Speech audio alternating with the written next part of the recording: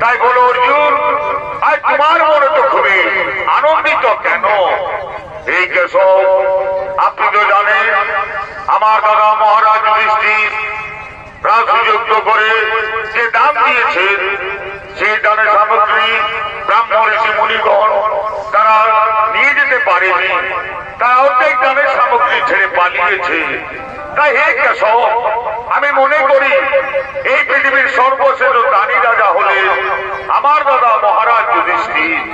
আমার দাদার মতো যজ্ঞ, আমার দাদার মতো দান এই পৃথিবীতে কেউ দিতে পারেনি। তাই হে কেশব, আমি মনে করি এই পৃথিবীর সর্বশ্রেষ্ঠ দানী রাজা হলেন আমার দাদা মহারাজ যুধিষ্ঠির। এই জন্য আজ আমার মনে তো খুবই আনন্দিত। হাসালে অর্জুন, তুমি আমাকে হাসালে। তুমি জানো না অর্জুন, তোমার দাদা মহারাজ যুধিষ্ঠির দানের তালিকায় তার সবার থেকে নিচে নাম রয়েছে। তোমার দাদা মহারাজ যুধিষ্ঠির থেকেও এই পৃথিবীতে আরো অনেক অনেক দানী রাজা রয়েছে। না কেশব, না, আমি তা মানতে পারি না কেশব, আমি তা মানতে পারি না। আমি মনে করি এই পৃথিবীর সর্বশ্রেষ্ঠ দানী রাজা হলেন আমার দাদা মহারাজ যুধিষ্ঠির। আমার দাদার মতো যজ্ঞ, আমার দাদার মতো দান এই পৃথিবীতে কেউ দিতে পারেনি। শোনো অর্জুন, এই পৃথিবীর সর্বশ্রেষ্ঠ দানী রাজা হলেন আমার প্রিয় ভক্ত রাজা মৌরধ্বজ। রাজা মৌরধ্বজের নিয়ম হলো দান না করলে সে জল গ্রহণ পর্যন্ত করে না। রাজা মৌরধ্বজের মতো দানী রাজা, তার মতো প্রজাপালক রাজা, তার মতো ধার্মিক রাজা এই পৃথিবীতে আর কেউ নেই। না কেশব, না, আমি নিজের চোখে না দেখলে তা কখনো বিশ্বাস করতে পারি না। আমি নিজের চোখে না দেখলে তা কখনো বিশ্বাস করতে আমি পারবো না। ও অর্জুন, তাহলে তুমি রাজা মৌরধ্বজের পরীক্ষা নিতে চাও? তাহলে আমি আর তুমি ব্রাহ্ম রূপ ধারণ করবো, সঙ্গে নেব যমরাজকে। কোথায় কোথায় ওই যমরাজ? তুমি তাড়াতাড়ি এসো হস্তিনার রাজসভায়।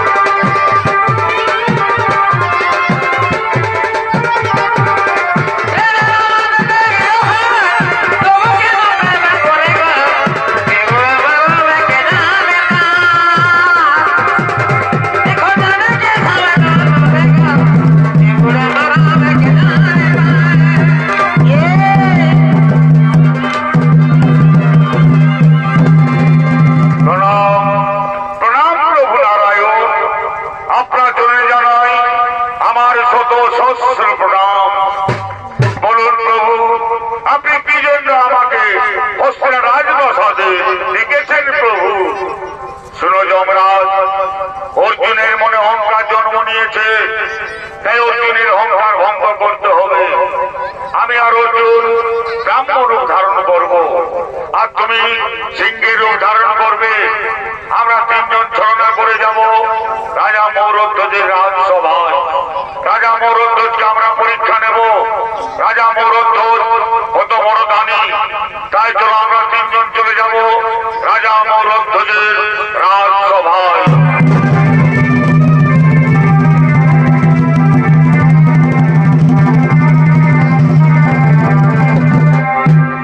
এদিকে ভগবান শ্রীকৃষ্ণ দ্বিতীয় পাণ্ডব অর্জুন ব্রাহ্মরূপ ধারণ করলেন এবং যমরাজ সিংহের রূপ ধারণ করে চলে গেলেন রাজা মৌরধ্বজের রাজসভায়।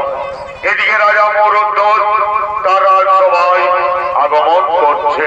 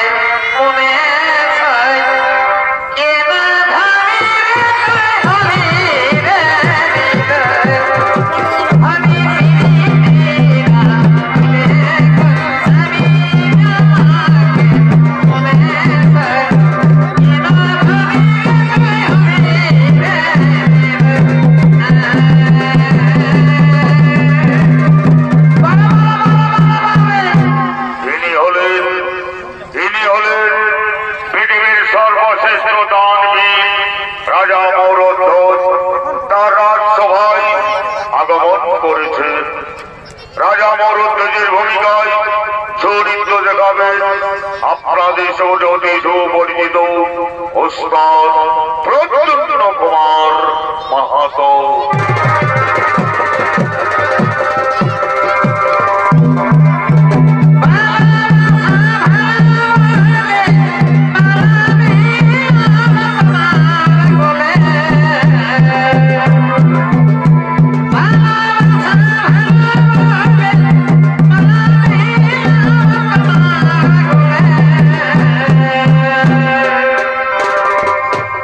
আমার তো খানা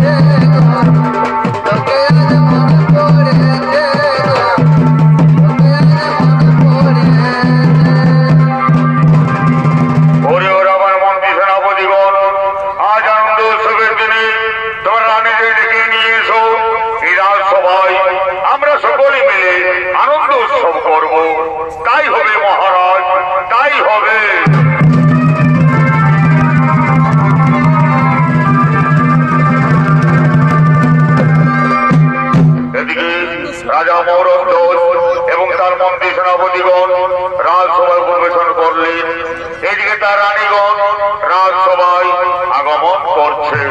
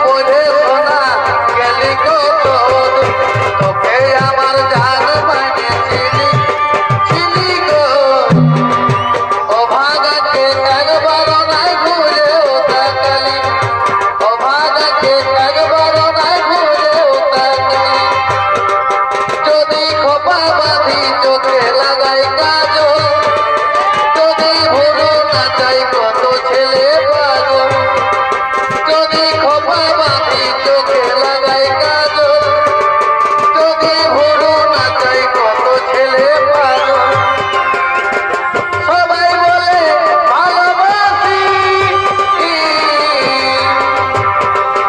আমি কলকাতার সেরা রূপসী আমি কলকাতার সেরা রূপসী আসবো বলে বলেছিলিস গায়ের ছোনাতে হাতে হাতে ধরে ঘুরব আমরা একসাথে আসবো বলে বলেছিলিস গায়ের ছোনাতে হাতে হাতে ধরে ঘুরব আমরা একসাথে কইলা খবর তোমার করবে বিশ্বাস হইলে কি যাইছি সোনা রে তোকে বারবার মিস করছি জানো রে কবে আসবি আর দেখা করবি রে তোকে বারবার মিস করছি জানো রে কবে আসবি আর দেখা করবি রে ও প্রিয়া তোমায় কখনো হারাতে দেব না আমি ভালোবাসারে বাঁধনে চির সুখী থেকো তুমি ও প্রিয়া তোমায় কখনো হারাতে দেব না আমি ভালোবাসারে বাঁধনে চির সুখী থেকো তুমি যাও বড় লজ্জা করে প্রেম ঝরে দু চোখ ভরে ছিল যা মনের আশা দিলে আজ সত্যি করে কালকে তুই কাঁদাইনি আমাদের অন্তর কেমন করে যাবে সাথী তোর শ্বশুর ঘর আজকে তুই আগে দেন আমাকে জহর কাল সকালে শুনবি আমার মরার খবর মরে তুই দিস না জীবনটা গুছাইস না মরে তুই দিস না জীবনটা গুছাইস না তোর মরা মুখটা আমি দেখতে পারবো না বলে আমি মরে দিছি রে আমার জন্য তুই মরিস না বলে আমি মরে দিছি রে আমার জন্য তুই মরিস না তোমার ভুরু টানা টানা গোরা গোরা গাল হিরোইনের মতন রূপ নাগিনের মতন গাল তোমার ভুরু টানা টানা গোরা গোরা গাল হিরোইনের মতন রূপ নাগিনের মতন গাল তুমি এই বয়সেও চেল্লা গিলা হেপার দিয়েছো বিরক্তি কিরিম লাগাছো দিনকে দিনিও দেখাছো রেশমি চুলে হেবি লাগিছি বদনটা গিটার ভালোবাসবো সজনি লাইলে হাতে হাত রেশমি চুলে হেবি লাগিছি বদনটা গিটার ভালোবাসবো সজনি লাইলে হাতে হাত মন মানে নাই তাই চলো নাই ভাই বিহা করেলে আমি থাকবো ঘর জামাই মন মানে নাই তাই চলো নাই ভাই বিহা করেলে আমি থাকবো ঘর জামাই আমার সঙ্গে করেলে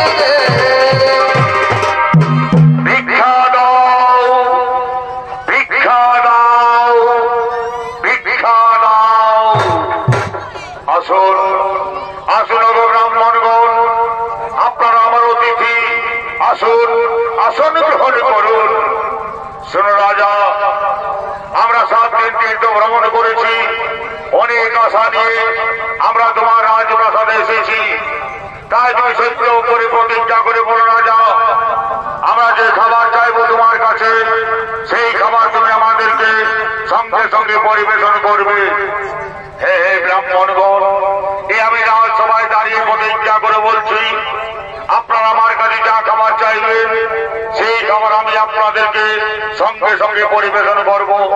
তাই বলুন ব্রাহ্মণগণ, আপনারা কি খাবার পেলে আজ আমার কাছে আনন্দিত হবেন?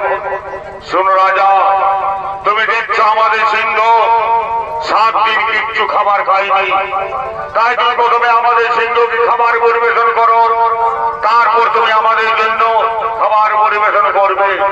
হে হে ব্রাহ্মণগণ, আপনারা কোনো চিন্তা করবেন না, আপনাদের সিংহের জন্য আমি সঙ্গে সঙ্গে খাবারের ব্যবস্থা করছি, আপনারা কোনো চিন্তা করবেন না। শোনো রাজা, আমাদের সিংহ অন্যান্য সিংহের মতো মাংসাহারী, তাই তুমি প্রথমে আমাদের সিংহের জন্য মাংসের ব্যবস্থা কর রাজা, তারপর তুমি আমাদের জন্য খাবার পরিবেশন করবে। হে হে ব্রাহ্মণগণ, আপনারা কোনো চিন্তা করবেন না, আপনাদের সিংহের জন্য আমি সঙ্গে সঙ্গে মাংসের ব্যবস্থা করছি, আপনারা কোনো চিন্তা করবেন না। তাহলে বলো রাজা, আমাদের সিংহের জন্য তুমি কি পশু হত্যা করবে নাকি তোমার প্রজাদেরকে তুমি হত্যা করবে? না না ব্রাহ্মণগণ, আমি পশু হত্যা করব না, পশু হত্যা মহাপাপ। আমি আমার প্রজাদেরকে হত্যা করব না, কারণ আমার প্রজা আমার পুত্র তুল্য, তাই আমি আমার প্রজাদেরকে হত্যা করব না। তাহলে বড় রাজা, কেমন ভাবে তুমি আমাদের এই সিংহকে মাংস খাবার পরিবেশন করবে? ওগো ব্রাহ্মণগণ, আমি আমার নিজের দেহের মাংস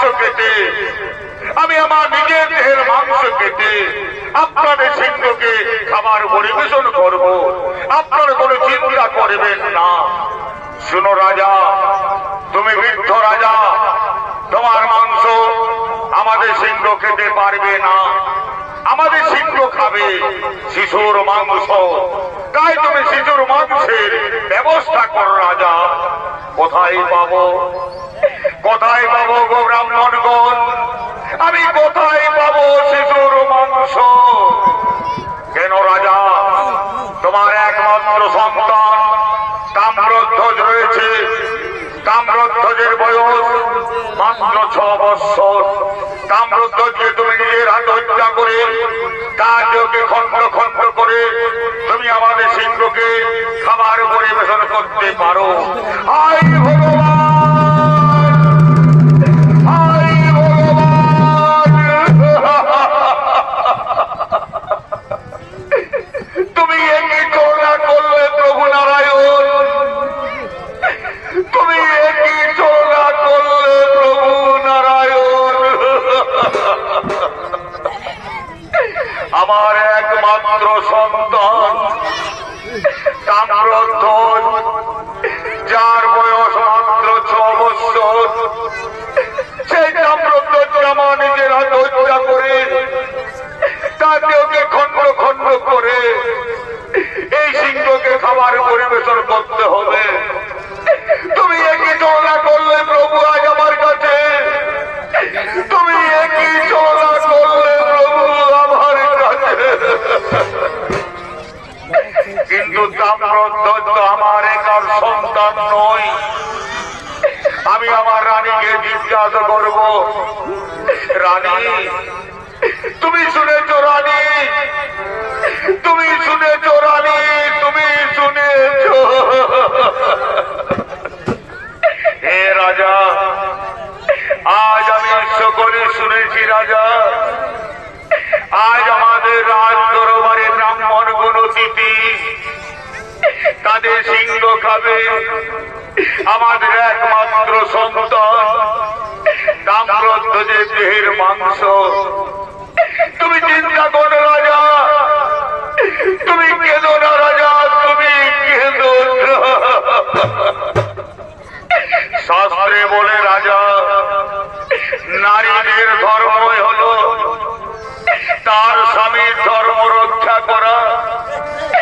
আপনার ধর্মের কাছে বিচার পুত্র আমার, আপনার ধর্মের কাছে বিচার তাম্রধ্বজ আমার। আমি পারবো রাজা, আমি আমার সন্তানকে নিজের হাতে বলে দেব রাজা,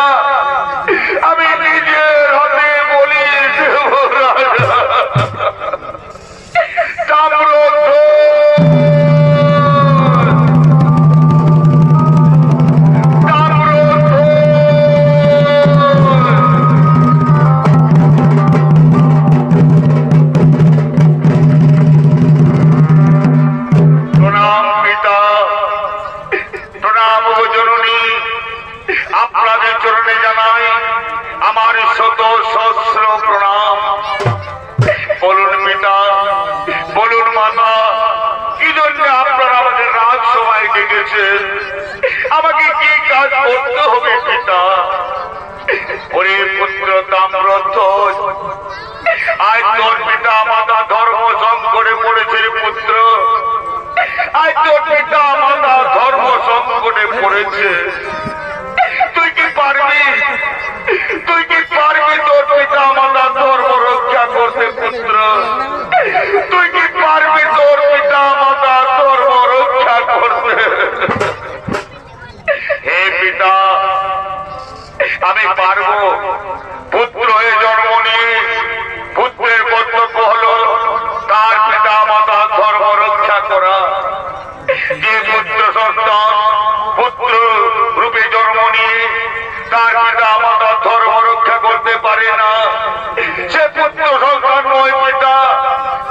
আমি আমার পিতা মাতার ধর্ম রক্ষা করতে আমি হাসতে হাসতে আমার জীবন দেব পিতা, আমি হাসতে হাসতে আমার জীবন দেব মাতা।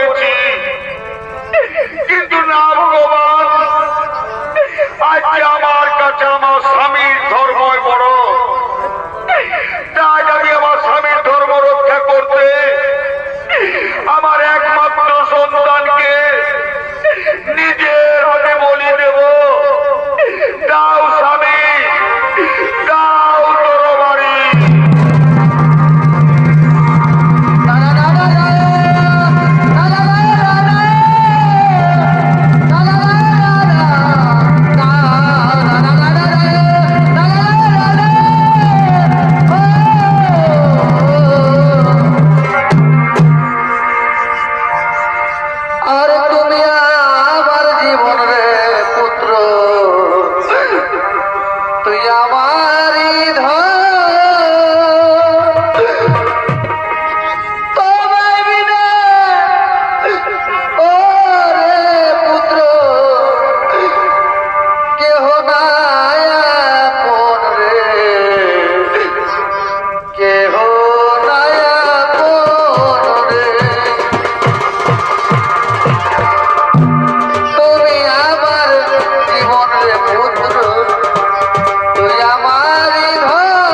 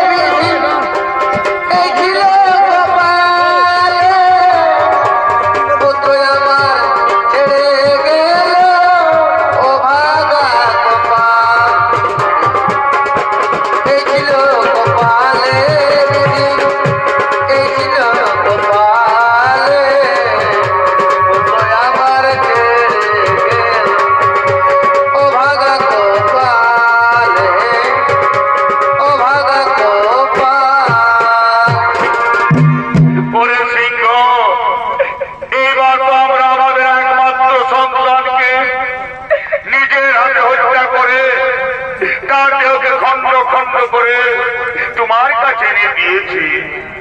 এইবার তুমি আমাদের ছেলের মাংস খেয়ে নাও, এইবার তুমি আমাদের ছেলের মাংস খেয়ে নাও। ওগো ব্রাহ্মণগণ, এইবার তো আমরা আমাদের একমাত্র সন্তানকে নিজের হাতে হত্যা করে তার দেহকে খণ্ড খণ্ড করে আপনাদের সিংহকে খাবার খাইয়েছি।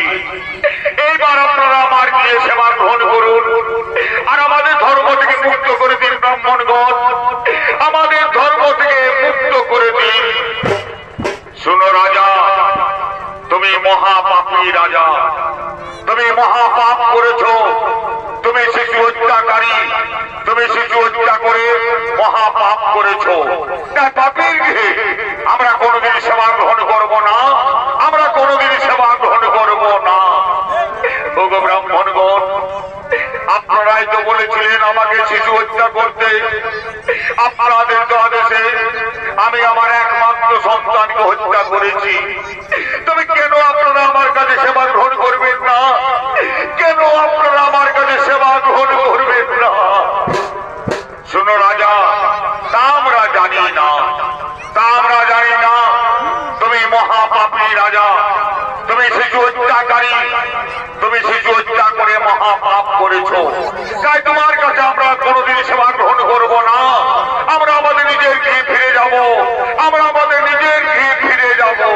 হায় ভগবান, তুমি আমাদের রক্ষা করো ঠাকুর, তুমি আমাদের রক্ষা করো। ওগো প্রভু নারায়ণ, আমি যদি পৃথিবীর জীবকে কোনদিন কোন দুঃখ দিয়ে না থাকি, আমি যদি সদা সর্বদা ধর্ম পথে চলে থাকি, তার আমার ধর্মের জোরে আমার পুত্র পুনরায় জীবিত হয়ে আসবে। আমার পুত্র একবার মৃত্যুবরণ করে আমার ধর্ম রক্ষা করেছে। আমার ধর্মের জোরে আমার পুত্র পুনরায় জীবিত হয়ে আমার ধর্ম রক্ষা কর পুত্র, আমার ধর্ম রক্ষা কর পুত্র। দেখা দাও, দেখা শান্ত হও, শান্ত রাজা মৌরধ্বজ, শান্ত হও তুমি। এই দেখো তোমার পুত্র তাম্রধ্বজ, তার কিচ্ছু হয়নি, সে আমার ছলনায় জীবিত। যারে তাম্রধ্বজ, তুই তোর পিতা মাতার কাছে চলে যা। আরে আরে আমাদের পুত্র তাম্রধ্বজ, আমাদের বুকে আয় বাবা, আমাদের বুকে আয় পুত্র, আমাদের বুকে আয়। দেখো রানী, আজ আমাদেরকে পরম সৌভাগ্য, আমরা আমাদের হারানো সন্তানকে ধর্মের জোরে ফিরে পেলাম। তাই তো আমাদের জীবন ধন্য হলো। যাকে দর্শন করবার জন্য কোটি কোটি বৎসর তপস্যা করো, দর্শন পাওয়া যায়নি, সেই নারায়ণকে আজ আমরা দর্শনে পেলাম। তাই তো আমাদের জীবন ধন্য হলো। ওগো নারায়ণ, আপনার চরণে জানাই আমাদের শত সহস্র প্রণাম। তথাস্তু তথাস্তু তথাস্তু। ওগো নারায়ণ, বলুন প্রভু, আমাকে এত বড় দান কেন দিতে হয়েছে প্রভু? আপনি আমাদেরকে বলে দিন প্রভু, আমাকে কেন এত বড় দান দিতে হয়েছে? শুনো রাজা, একদিন অর্জুনের মনে অহংকার জন্ম নিয়েছিল যে তার দাদা মহারাজ যুধিষ্ঠিরের মতো দানী রাজা এই জগতে আর কেউ নেই। তাই অর্জুনের অহংকার ভঙ্গ করতে আমি আর অর্জুন ব্রাহ্ম রূপ ধারণ করেছিলাম। আর এই যমরাজ সিংহের রূপ ধারণ করে তোমাকে আমরা পরীক্ষা করতে গিয়েছিলাম। তুমি সেই পরীক্ষায় জয়ী হলে, তুমি প্রমাণ করলে তোমার মতো দাতা এই জগতে আর কেউ নেই। তাই অর্জুনও আজ নিজের চোখে দেখলো তার দাদা মহারাজ যুধিষ্ঠির থেকেও এই পৃথিবীতে আরো অনেক অনেক দানী রাজা রয়েছেন। তাই শুনো রাজা মৌরধ্বজ, তুমি দান দিয়ে প্রমাণ করলে তোমার মতো দাতা এই জগতে আর কেউ নেই। তোমার মতো দান এই পৃথিবীতে কেউ কোনদিন করতে পারবে না। তাই তুমি আজ থেকে হলে পৃথিবীর সর্বশেষ দানবীর রাজা মৌরধ্বজ।